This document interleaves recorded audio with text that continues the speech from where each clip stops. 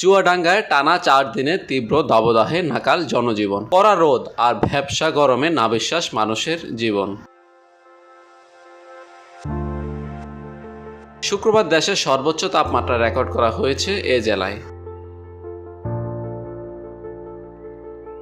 এমন পরিস্থিতিতে দেশের সর্বোচ্চ তাপমাত্রায় অতি প্রয়োজন ছাড়া ঘরের বাইরে যেতে মাইকিং করা হচ্ছে চুয়াডাঙ্গায়।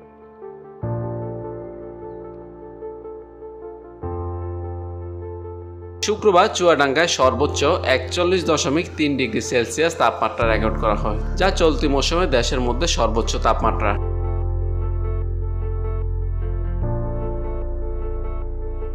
এদিকে তাপমাত্রা আরও বৃদ্ধি পেতে পারে বলে জানিয়েছে চুয়াডাঙ্গা আবহাওয়া পর্যবেক্ষণাগারের ভারপ্রাপ্ত কর্মকর্তা Jaminur Rahman.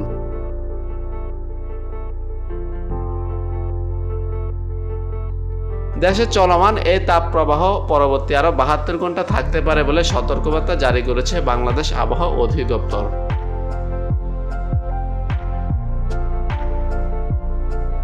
Desk report, TBC news.